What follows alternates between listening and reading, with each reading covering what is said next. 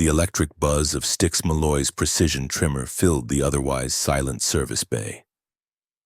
Soft aquamarine light bathed the space, giving the metal surfaces an underwater quality. Styx kept his breathing steady as he worked, each snip of his scissors deliberate and measured. The hair of Colonel Rihanna Verdun required nothing less than perfection. 3 millimeters shorter on the right temple, Colonel Verdun instructed, her eyes fixed on the holographic display before her. Scrolling through mission reports even during her monthly trim. "Yes, Colonel," Styx replied, adjusting his stance. He'd been the Ether's Grace resident hairstylist for nearly 5 years now, a position that offered stability in the tumultuous post-System War era. The massive military vessel housed over 800 crew members, ensuring Styx never lacked for clients. It wasn't the most glamorous assignment in the fleet, but it was safe, predictable. The ship hummed beneath his feet, a constant reminder of their patrol route through the Outer Rim territories. Peace treaties had been signed 20 years ago, but tensions remained. The Ether's Grace was one of the Alliance's most formidable defensive vessels, tasked with maintaining order in regions still healing from conflict. "Your thoughts seem elsewhere today, Malloy," Colonel Verdun noted, her gaze flickering up to meet his in the mirror. Styx straightened his posture. "Apologies, Colonel. Just concentrating on getting the angles right."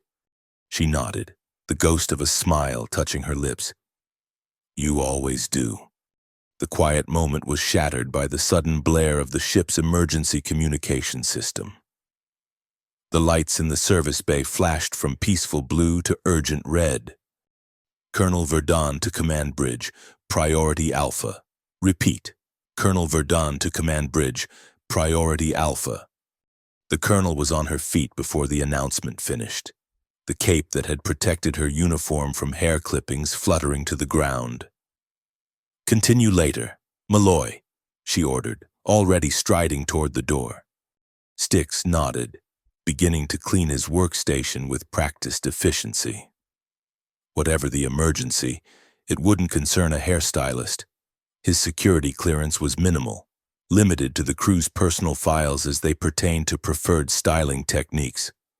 He was nearly finished sterilizing his tools when his personal comm unit buzzed, an unusual occurrence during duty hours. The message was brief. "Report to Tactical Bay 7, immediate." Styx frowned. There had to be a mistake. Tactical bays were reserved for combat personnel and mission planning. Perhaps someone had sent the message to the wrong Malloy. There was a Lieutenant Malloy in engineering. No relation. Still, orders were orders. Styx secured his station and made his way through the ship's winding corridors, his footsteps quickening as the overhead lights continued to pulse in emergency mode. The normal bustle of the vessel had transformed into organized chaos, crew members rushing with purpose to battle stations. The door to Tactical Base 7 slid open as he approached, recognizing his biosignature despite his limited clearance. Inside, Colonel Verdun stood at the center of a holographic display showing what appeared to be a space station. Several officers Styx recognized only from their time in his chair surrounded her, their expressions grim. "Malloy," Colonel Verdun acknowledged without looking up. "Good, you're here." Captain Callus Cutter Miles, the ship's head of special operations, scowled. "This is who you're suggesting, the hairstylist?" "He's the only option we have left," Colonel Verdun replied sharply. Styx cleared his throat. "Excuse me, Colonel, but I believe there's been a misunderstanding. I'm not... Our primary communication array has been damaged." Colonel Verdun interrupted, finally looking up from the display. "A micrometeorite shower, precise and concentrated, too precise to be natural." Styx blinked, struggling to understand why he was being informed of this. "We were en route to Orbit 19, she continued. "A hostage situation. Alliance diplomats captured during what was supposed to be a routine inspection. Our assault team was prepared to infiltrate and extract. Without communications, we can't coordinate with headquarters, Captain Miles added, his voice tight with frustration. The mission should be aborted. Colonel Verdun's jaw tightened. Those are our people in there, Captain. Aborting is not an option. What does this have to do with me? Styx finally asked, the question escaping before he could consider protocol. The room fell silent. Colonel Verdun's gaze locked with his, evaluating. Your personnel file, Malloy. Before you became a hairstylist, you were trained as a tactical infiltration specialist during the war. The words hung in the air like a physical presence. Styx felt his mouth go dry. That was a lifetime ago, Colonel.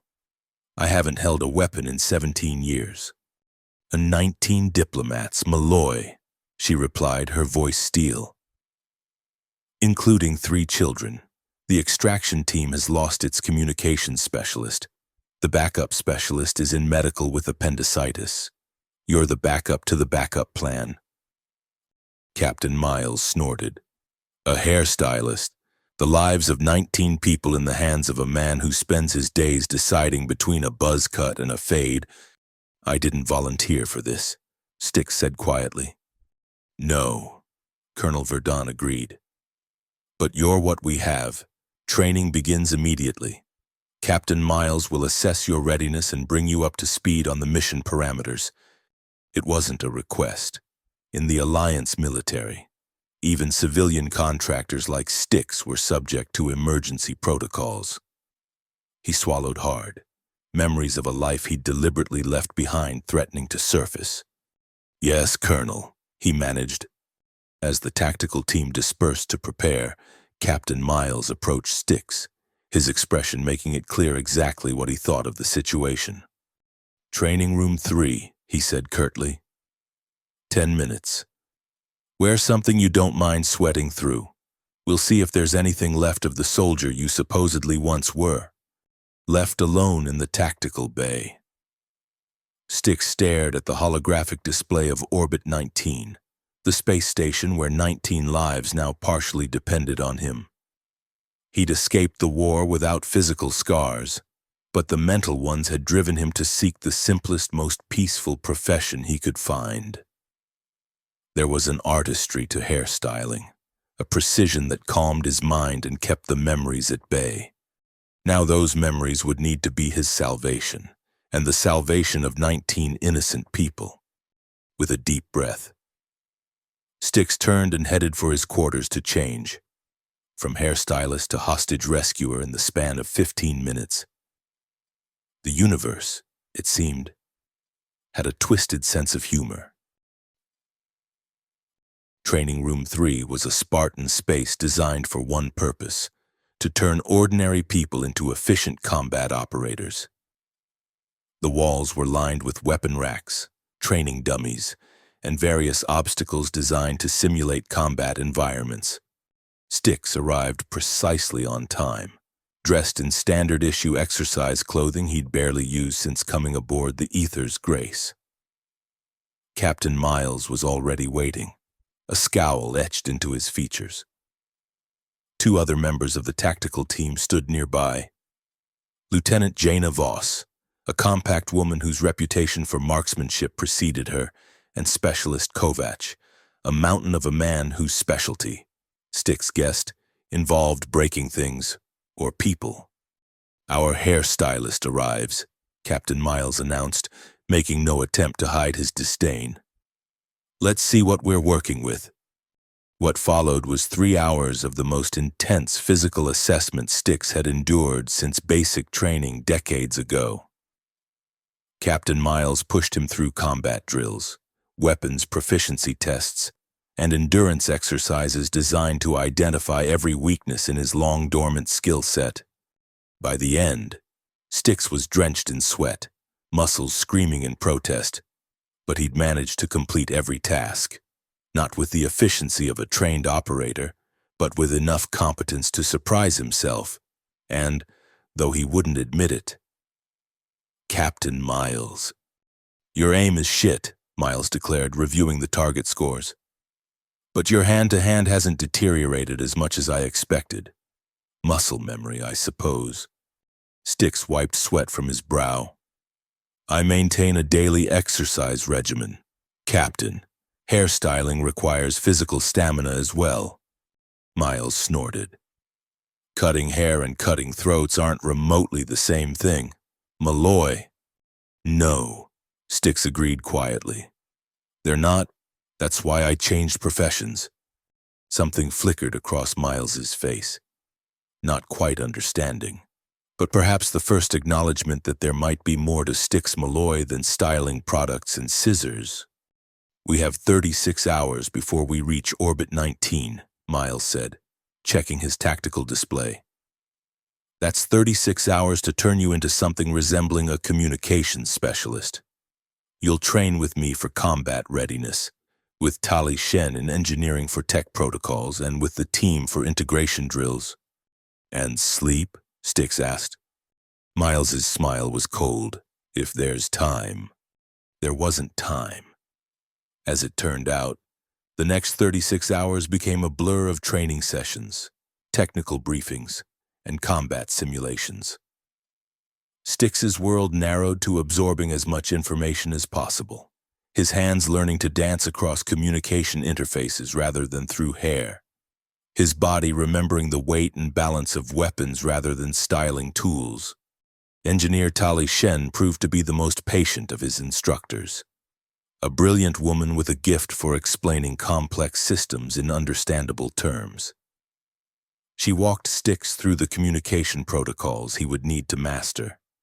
The primary difficulty, she explained, her fingers flying across a holographic interface, will be maintaining a secure connection while inside Orbit 19. Their systems are isolated, designed to prevent exactly the kind of infiltration we're attempting.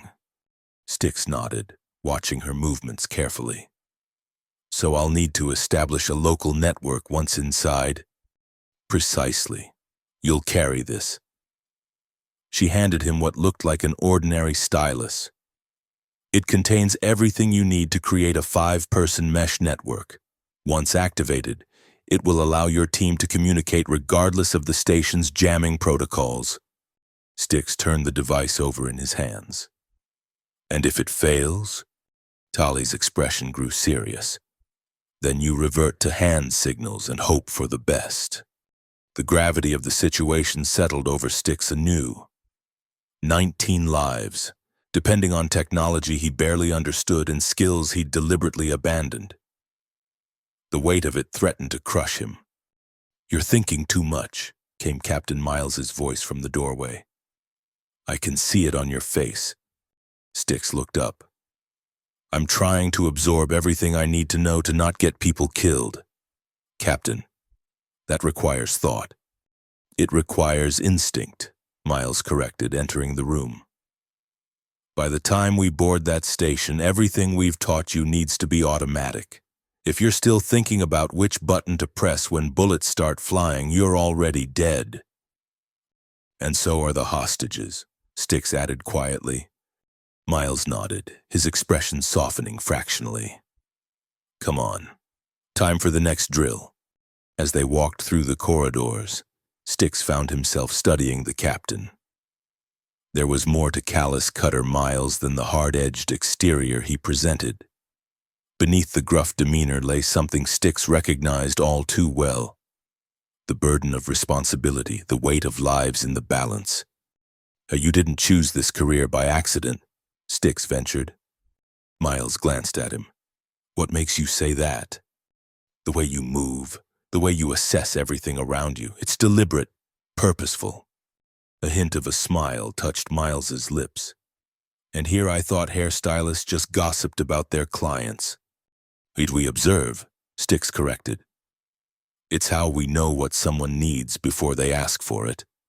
Miles considered this. My father was a soldier, he said finally. And his father before him. Some families pass down businesses or heirlooms. Mine passed down duty. "And what will you pass down?" Styx asked. The question hung between them, unanswered, as they reached the simulation chamber. The moment of connection, brief as it was, disappeared beneath the renewed focus of training. The final 12 hours before reaching Orbit 19 were spent in full mission simulations. The assault team, consisting of Captain Miles, Lieutenant Voss, Specialist Kovac, and now Styx, ran through the operation countless times in the ship's holographic chamber. The plan was relatively straightforward: infiltrate the station using a maintenance docking port, neutralize the skeleton security crew without raising alarms, locate and free the hostages, and extract back to the Ether's grace. Styx's role was to maintain communications, disable security systems, and provide tactical support as needed. In theory, Miles explained during their final briefing, this should be a clean operation, in and out in under 40 minutes. And in practice, Lieutenant Voss asked, the question on everyone's mind. Miles's expression was grim. In practice, we adapt and overcome whatever goes wrong, because something always goes wrong. Styx, exhausted but focused, studied the holographic layout of Orbit 19 one last time. The station was a standard Alliance design, originally built as a research outpost before being converted to a detention facility after the system war. Its circular main hub connected to 4 extending arms, each serving different functions. The hostages were being held in the eastern arm, in what had once been private quarters for senior researchers. Questions? Miles asked, looking directly at Styx. There were countless questions swirling in Styx's mind, but none that training could answer now. He shook his head. No. Captain. Then get some rest, Miles ordered. All of you, we deploy in 10 hours. Rest, as it turned out, was elusive. Styx lay in his bunk, staring at the ceiling, his mind replaying every drill, every instruction, every potential point of failure. The enormity of what lay ahead pressed down on him like a physical weight.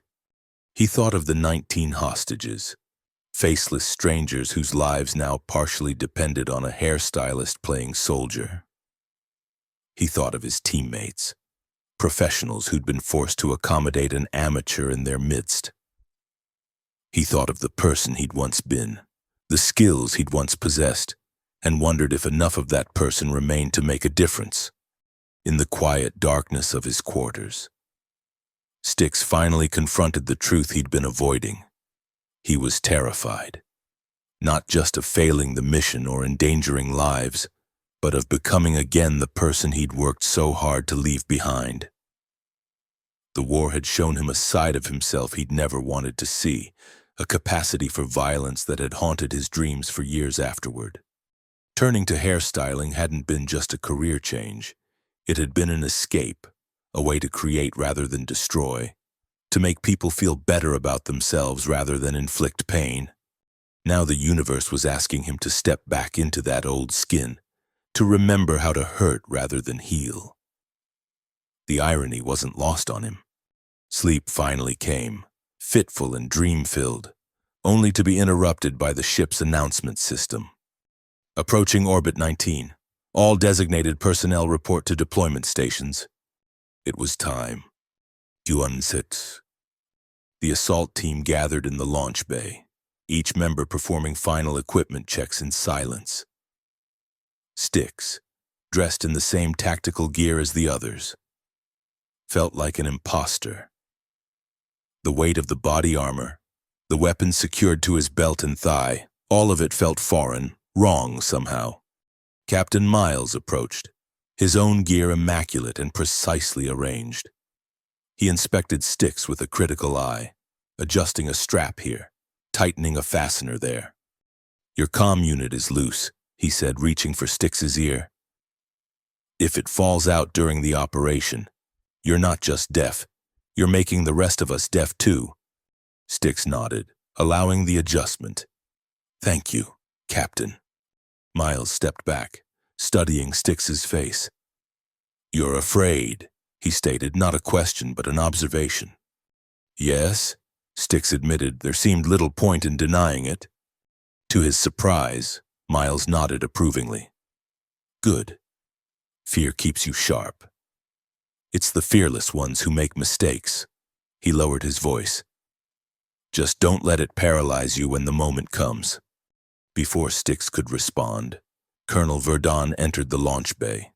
The team snapped to attention, even Styx finding himself responding to the ingrained military discipline of his past. "At ease," the colonel said, her gaze sweeping over them.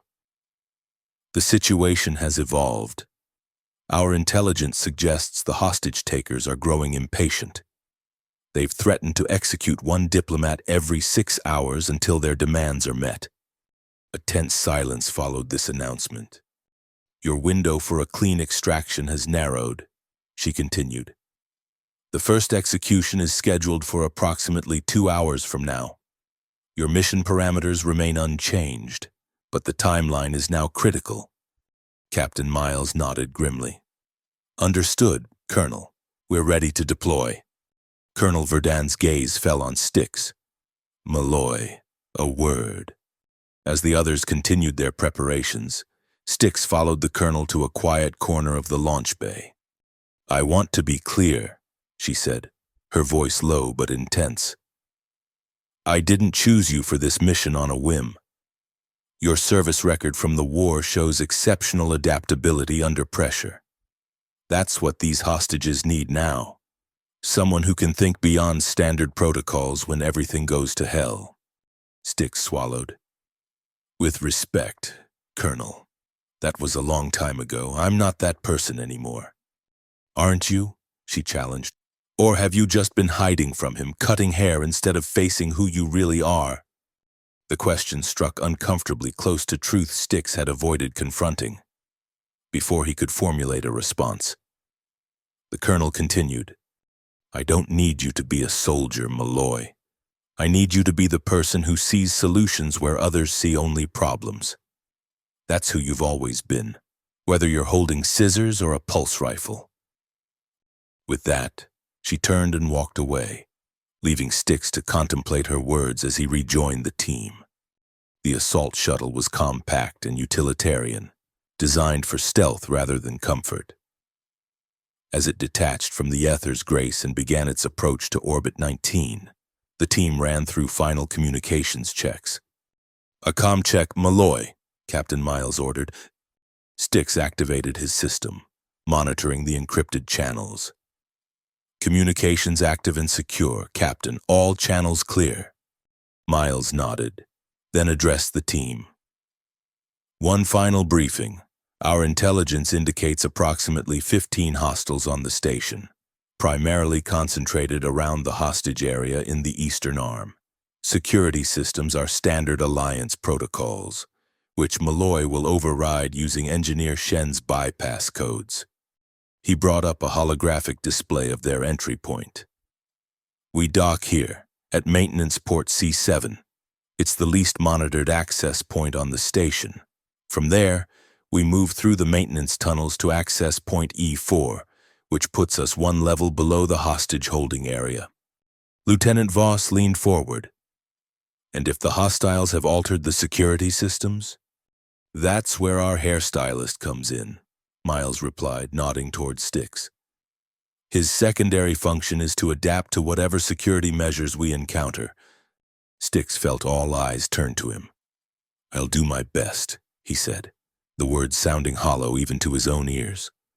"Your best is all any of us can do," Specialist Kovac rumbled, speaking for the first time since the mission began.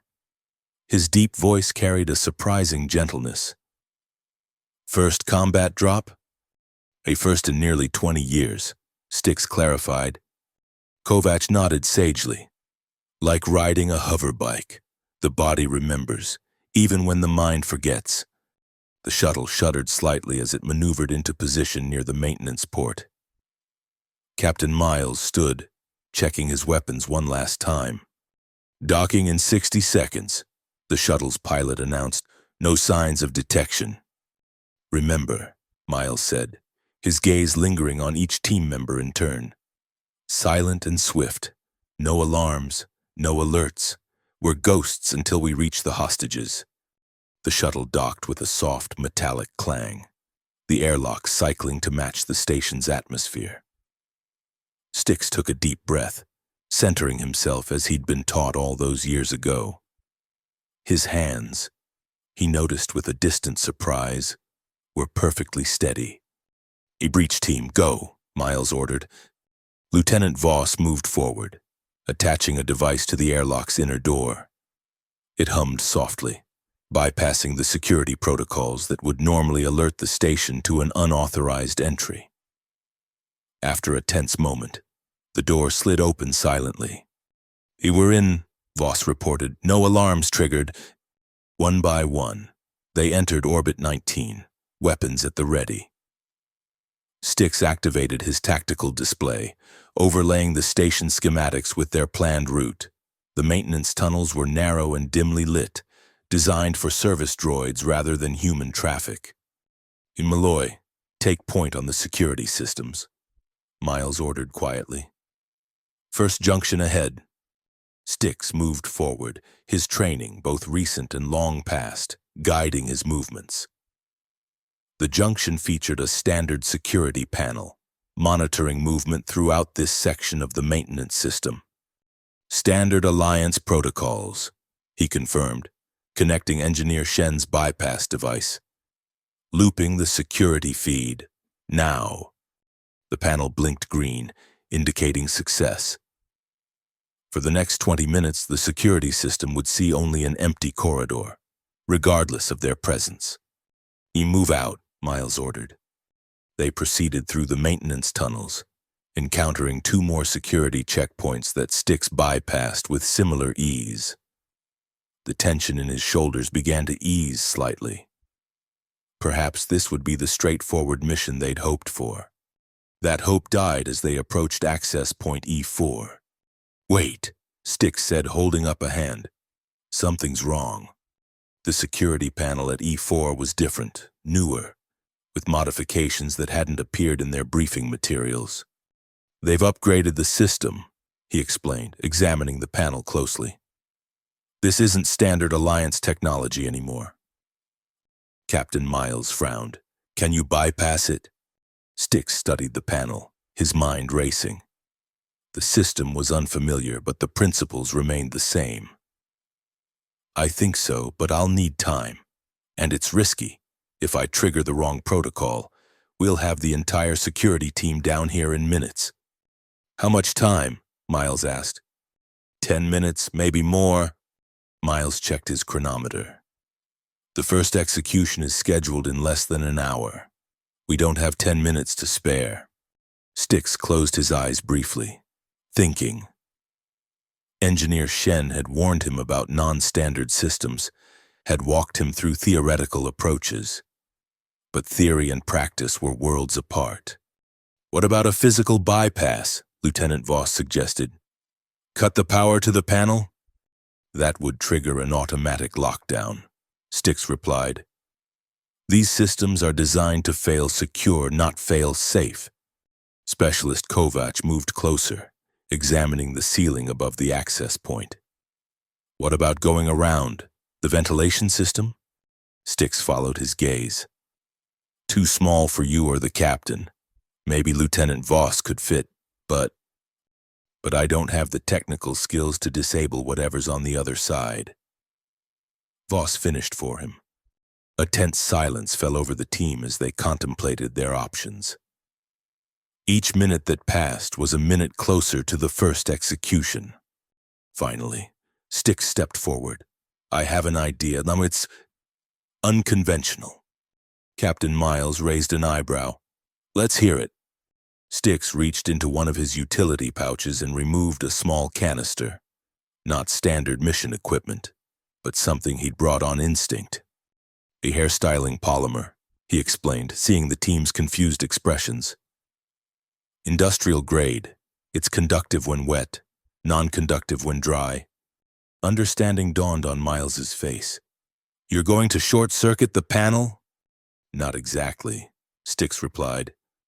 I'm going to create a false positive. These systems use biometric scanning as a backup. They're looking for specific genetic markers that identify authorized personnel. He sprayed a small amount of the polymer onto his palm, then mixed it with a drop of water from his hydration pack. This polymer contains proteins similar enough to fool a basic genetic scanner. If I apply it correctly, the system should read it as an authorized genetic signature. The team watched in silence as Styx carefully applied the mixture to the scanner portion of the panel. For a long, tense moment, nothing happened. Then, with a soft beep, the panel turned green. Access granted, Styx said, unable to keep a note of surprise from his voice. We're through. Captain Miles stared at him. You just bypassed a security system with hair product. Industrial-grade hair product, Styx corrected. There's a difference. For the first time since they'd met, a genuine smile crossed Miles's face. I'll be damned. Maybe there's something to this hairstylist business after all? The access point opened to reveal a utility corridor that would lead them directly below the hostage holding area. According to their intelligence, a service elevator at the end of the corridor would provide access to the level above. They moved swiftly, maintaining communication silence except for essential updates. As they approached the elevator, Styx consulted his tactical display. Captain, he said softly, there's movement above us, multiple signatures. Miles nodded, having received the same information on his own display. Expected security patrol. We'll hold position until they pass. The team pressed against the walls of the corridor, weapons ready but not raised. Minutes ticked by as they waited for the patrol to move beyond the sensor range. Clear. Styx finally reported, elevator is accessible. The service elevator was little more than a platform with safety rails, designed to transport equipment rather than personnel. It would be a tight fit for all four of them, but manageable. Malloy security override, Miles ordered. Styx connected to the elevator's control panel, bypassing the automatic logging system that would record their ascent. Done. We can move freely between levels without alerting security. The platform rose silently, carrying them toward what would soon become the most dangerous part of their mission. The hostage holding area would be heavily guarded, with multiple security measures in place. As they neared the upper level, Captain Miles gathered the team for a final briefing.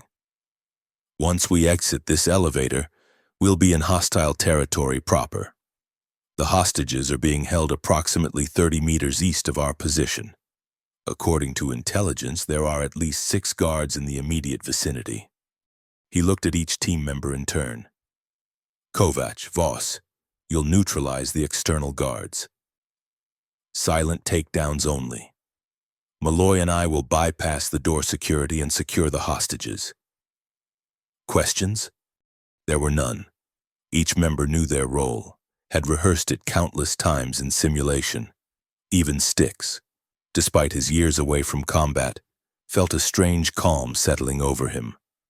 The familiar focus that preceded action. The elevator came to a stop, and with a nod from Captain Miles, their mission entered its most critical phase. The corridor outside the elevator was dimly lit and empty.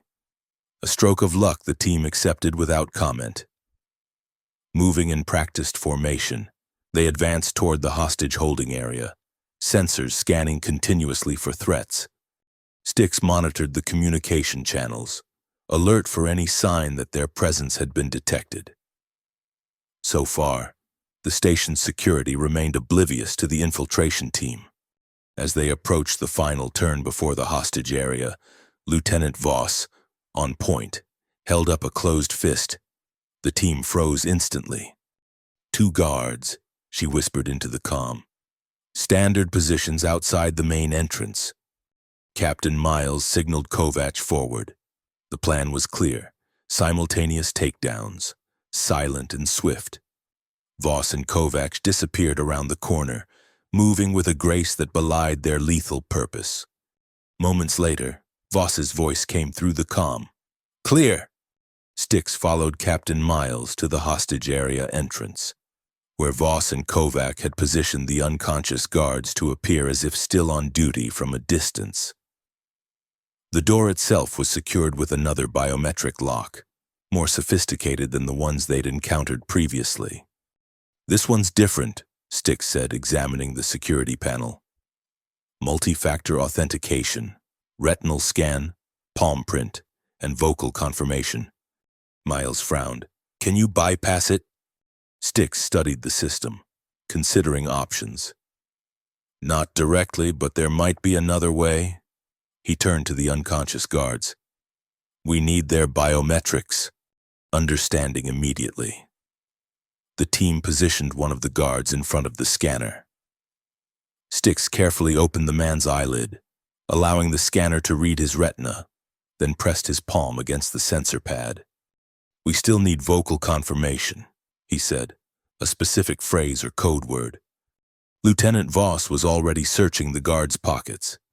She extracted a small data pad. "Security protocols," she reported, scrolling through the device. "Daily access codes, here. Today's verbal confirmation is Starlight Sequence Activate." Styx nodded, then hesitated. "We need his voice pattern. I can't replicate that." "You don't need to," Miles said, removing a small device from his tactical vest. "Vocal modulator, standard equipment for infiltration teams." He positioned the device near the unconscious guard's throat, then activated it. It records and replays vocal patterns, one word at a time, working quickly. They managed to extract each word of the phrase from the guard's unconscious form, the modulator capturing his unique vocal signature. When they played it back to the security system, Starlight Sequence Activate, the final lock disengaged. "We're in," Styx reported, relief washing through him. "But we triggered a silent log entry. Security will know this door was accessed, even if they don't know by whom. We have minutes at most before they investigate." Miles nodded grimly. "Then we move fast, secure the hostages, and prepare for extraction." The door slid open to reveal a large room that had once been a communal living space. 19 people, men, women, and 3 children, sat or lay on makeshift bedding arranged around the room. Their expressions shifted from fear to confusion as the assault team entered. "Alliance Special Operations," Captain Miles announced quietly. "We're here to extract you.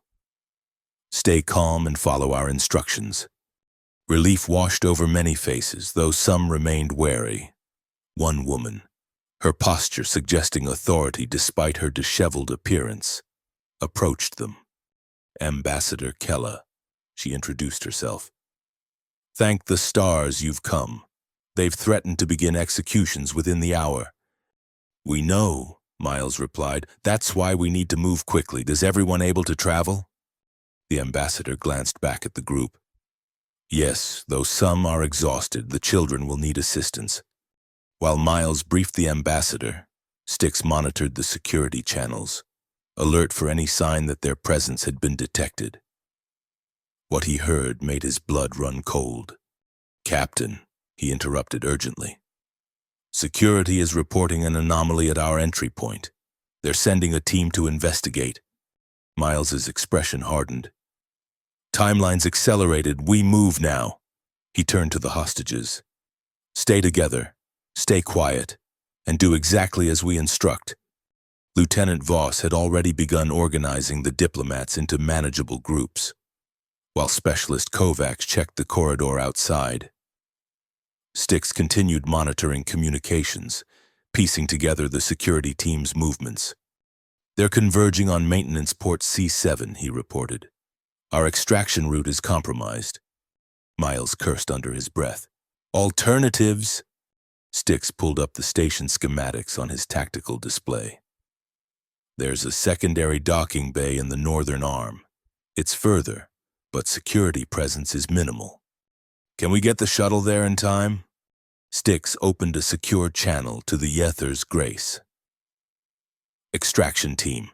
This is Malloy, primary route compromised, requesting repositioning to secondary extraction point, Northern Docking Bay 2. Static filled the channel for a moment before a response came through. Confirmed, assault team. Repositioning to Northern Docking Bay 2, ETA 17 minutes. 17 minutes. Styx relayed to Captain Miles. That's cutting it close. Then we'd better not waste time. Miles replied. He addressed the hostages.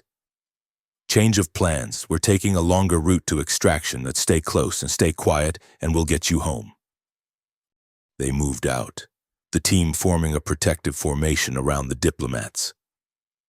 Styx took the lead with Lieutenant Voss, navigating the quickest path to the northern docking bay while avoiding security patrols. Captain Miles and Specialist Kovac guarded the rear, ensuring no hostage fell behind. Their progress was methodical but slow, the presence of civilians, especially the children, limiting their speed. As they approached the central hub that would lead to the northern arm, Styx's comm unit crackled with urgent activity. "Station-wide alert," he warned. "They've found the unconscious guards. Full security lockdown initiating in 3 minutes." The implications were severe. Once lockdown protocols activated, all internal doors would seal, compartmentalizing the station and trapping them wherever they happened to be. "We need to reach the northern arm before lockdown," Miles decided. "Kovac, take point with Malloy. Maximum pace." They increased their speed, the diplomats struggling to keep up. One of the children, a boy no more than 7, stumbled and fell. Specialist Kovac scooped him up without breaking stride, carrying him effortlessly. As they entered the central hub, Styx's tactical display lit up with multiple security signatures converging on their position. "Hostiles approaching from east and south," he reported, "approximately 30 seconds out." Miles made a snap decision. "Voss, Kovac, get the diplomats to the northern arm. Malloy and I will delay security and join you." Lieutenant Voss nodded, immediately taking charge of the hostage group. "This way," she directed, leading them toward the northern passage. Kovac, still carrying the child, formed a rear guard for their group. Styx and Captain Miles positioned themselves at strategic points in the central hub, weapons ready. It wasn't an ideal defensive position, but they didn't need to win, only buy time. "I didn't sign up for a last stand when I became a hairstylist," Styx commented, checking his weapon's charge. Miles glanced at him. "Neither did I when I became a soldier. Yet here we are." The first security team entered from the eastern corridor, weapons raised. "Intruders!" one shouted. "Drop your weapons!" Instead of complying, Miles fired a stun round that dropped the lead guard instantly. Chaos erupted as both sides exchanged fire, energy pulses illuminating the hub in flashes of blue and red. Styx fell back on training he'd hoped never to use again, moving from cover to cover, firing with precision rather than panic. For every guard they neutralized, however, another seemed to appear. A lockdown in 60 seconds. The station's automated system announced, its calm voice a stark contrast to the combat raging below. "We need to move," Miles shouted over the din. "Fall back to the northern passage." They retreated in coordinated movements, one covering while the other moved. The security forces, more concerned with containment than pursuit, didn't immediately follow. As they reached the entrance to the northern arm, the station's lighting shifted to emergency red. "Lockdown in 30 seconds, the system warned. "Run!" Miles ordered, abandoning tactical movement for pure speed. They sprinted down the corridor, the sound of mechanical locks engaging behind them, spurring them on. Ahead, they could see Lieutenant Voss holding the final door open, her expression tense. 20 seconds to lockdown. The system counted down, Styx and Miles dove through the doorway just as Voss released the manual override. The door slid shut behind them with a definitive thud, sealing off the central hub. "Lockdown complete," the system announced, followed by an ominous silence. The three officers stood for a moment, catching their breath. "The diplomats?" Miles asked. "With Kovac proceeding to the docking bay," Voss reported. "There are no casualties." Styx checked his tactical display. "The shuttle reports ready for extraction at docking bay 2, but—" He frowned, studying the readings. "There's a problem. The docking bay doors aren't responding to remote commands." "Manual override?" Miles suggested. "Possible, but it would require accessing the control room adjacent to the bay." Lieutenant Voss checked her weapon. "I'll go. You two get to the diplomats." "Negative," Miles countered. "We stay together, all of us to the control room, then to the docking bay." They moved swiftly through the corridors of the northern arm, encountering no resistance. The lockdown, while restricting their movement options, had also isolated the security teams in other sections of the station. The control room for Northern Docking Bay 2 was a small, utilitarian space filled with monitoring equipment and control panels. As they entered, Styx immediately moved to the main console. "Standard docking protocols," he reported, fingers flying across the interface. "I can override the lockdown for this specific bay, but it will trigger alerts throughout the station." "How long will the bay remain open once you initiate the override?" Miles asked. 3 minutes maximum before automatic safety protocols re-engage." Miles nodded. "Do it, Voss. Contact Kovac. Tell him to have the diplomats ready to board the instant the shuttle docks." Styx entered the override sequence, bypassing security measures with techniques engineer Shen had drilled into him during their brief training. The console flashed green, indicating success. "Bay doors opening," he confirmed. "Shuttle has been notified. Docking in progress." They watched through the control room's viewport as the massive bay doors parted, revealing the star-filled void beyond. Moments later, their extraction shuttle appeared, maneuvering skillfully into the docking bay. "Let's move," Miles ordered. "Malloy, can you lock this control room behind us?" "Already done," Styx replied, having programmed the door to seal and deactivate once they exited. "It won't stop security forever, but it'll slow them down." They hurried to the docking bay, where Specialist Kovac had organized the diplomats into boarding formation. The children were already being guided into the shuttle by Ambassador Kella. 60 seconds until automatic bay closure," Styx warned as they joined the group. The evacuation proceeded with controlled urgency, diplomats filing into the shuttle under Kovac's watchful eye. Styx monitored the station's security channels, alert for any sign of approaching threats. "Security teams attempting to override the lockdown," he reported. "They're still contained for now, but working on solutions." Captain Miles positioned himself at the bay entrance, weapon ready. "How many more to board?" 5 diplomats, then us," Lieutenant Voss reported. The minutes stretched like hours as the last diplomats boarded the shuttle. Finally, only the assault team remained on the docking bay floor. "Team board now," Miles ordered. "I'll cover—" The captain's words were cut short by a deafening explosion. The control room door had been breached, and through the smoke stepped a massive figure in powered armor. An armored peacekeeper, designation Arakven according to the markings on the suit. "Intruders identified," the amplified voice boomed across the bay. "Surrender immediately or face lethal force." The situation had deteriorated beyond their worst expectations. Peacekeepers in powered armor were nearly invulnerable to standard weapons.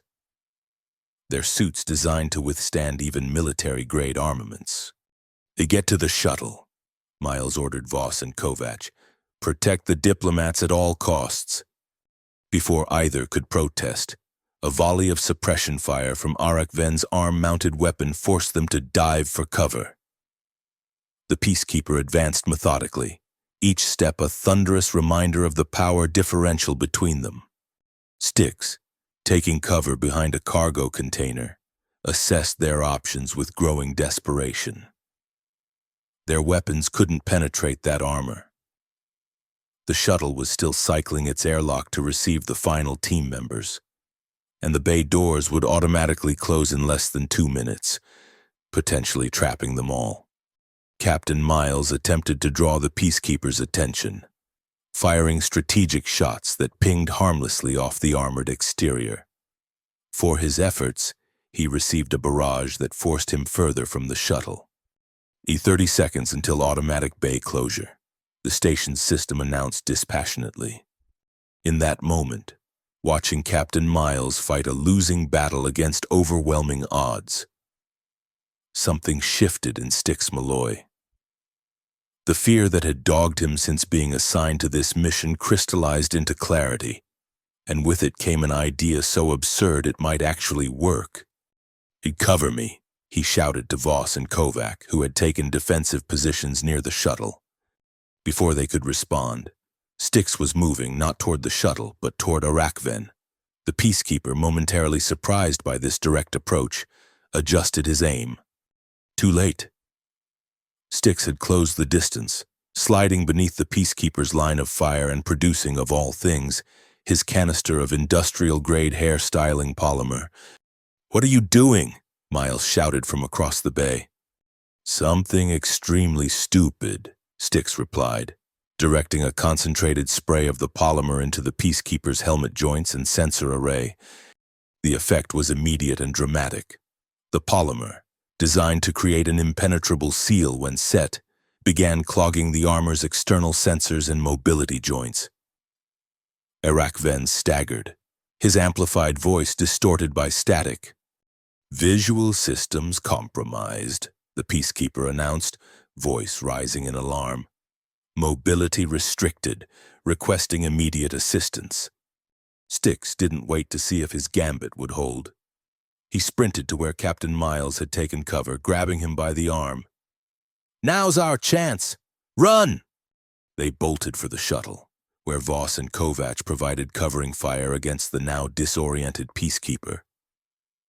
Arakven fired blindly, energy pulses scorching the walls and floor around them. 10 seconds until automatic bay closure, the system warned. They reached the shuttle ramp just as it began to retract, diving into the airlock as the massive bay doors started to close. The shuttle's pilot, responding to the urgency of the situation, initiated emergency launch procedures the moment the airlock sealed. The last thing Styx saw before the bay doors fully closed was Arakven, still struggling against the hardening polymer that had transformed his state-of-the-art armor into an immobilizing prison. Then they were away, the shuttle accelerating rapidly to escape Orbit 19's defensive perimeter before the station could bring its weapon systems online. Inside the passenger compartment, the diplomats watched in tense silence as the shuttle maneuvered. Only when the pilot announced they were clear of the station's range did a collective sigh of relief sweep through the vessel. Ambassador Kella approached the assault team, her expression a mixture of gratitude and awe. "On behalf of all of us," she said formally, "thank you. Your courage and ingenuity saved 19 lives today." Captain Miles, his usual stoic demeanor softened by exhaustion and relief, nodded acknowledgement. "We were doing our duty, Ambassador. Some more unconventionally than others," Lieutenant Voss added, glancing at Styx with newfound respect.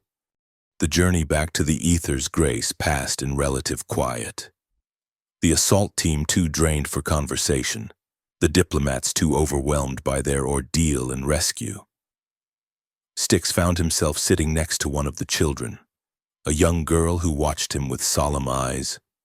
"Are you really a soldier?" she asked finally, her voice small but clear. Styx considered the question carefully. "I'm a hairstylist," he answered truthfully. "But today, I remembered how to be a soldier too. The girl nodded, as if this made perfect sense. My father says people are more than just one thing. Your father is very wise, Styx replied, smiling gently. When they docked with the Ether's Grace, medical teams were waiting to receive the diplomats. Colonel Verdun herself stood at the airlock, her presence a testament to the mission's importance. As the diplomats were escorted to the medical bay for evaluation, Colonel Verdun approached the assault team. Her gaze swept over them, noting the signs of combat and exhaustion. Captain Miles, she acknowledged. I understand the extraction was successful, despite complications. Yes, Colonel, Miles replied formally. All objectives achieved, all hostages secured, no casualties on our side. Colonel Verdun nodded, her expression revealing nothing. Full debriefing in 1 hour. Medical evaluation first. Her gaze shifted to Styx. Malloy, walk with me. As the others headed for the medical bay, Styx found himself accompanying Colonel Verdun through the corridors of the Ether's Grace. They walked in silence for several minutes before she spoke. Captain Miles submitted a preliminary report during your return journey, she said finally. He was quite detailed about your innovative approach to neutralizing an armored peacekeeper. Styx felt heat rise to his face. It was unorthodox, Colonel, but effective under the circumstances. Unorthodox, she repeated, a hint of amusement in her voice.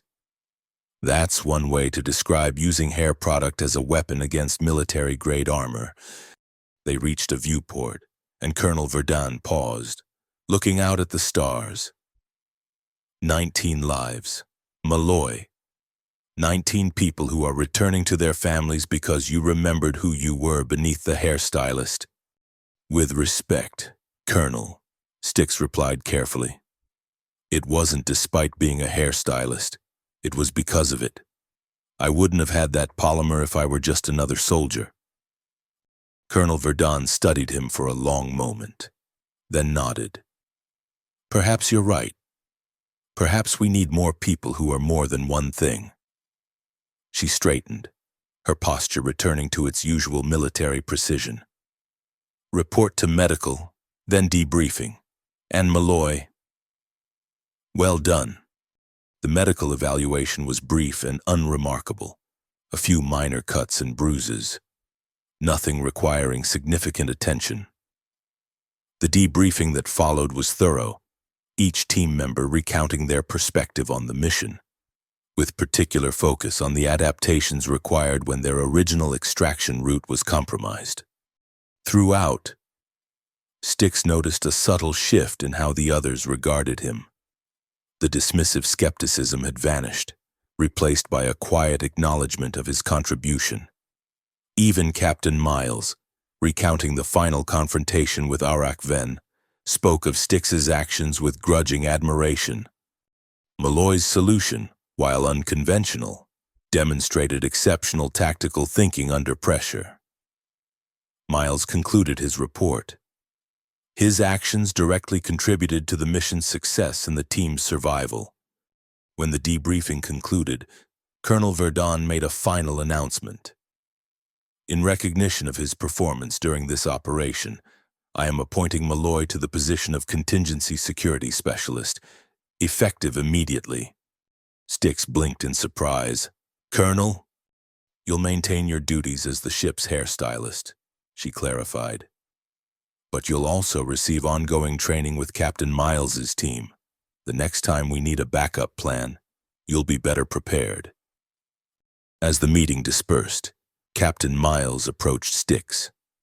The captain moved with a slight limp, a souvenir from their encounter with Arak Ven. Contingency Security Specialist, he said, testing the title. Fancy way of saying backup plan. Styx smiled. I've always been good at cleaning up messes, hair or otherwise. Miles extended his hand. You did good work today, Malloy. Never thought I'd say this, but I'm glad we had a hairstylist on the team. Styx accepted the handshake. recognizing it as the professional acknowledgement it was. "Thank you, Captain, though I hope our next interaction involves more haircuts and fewer peacekeepers."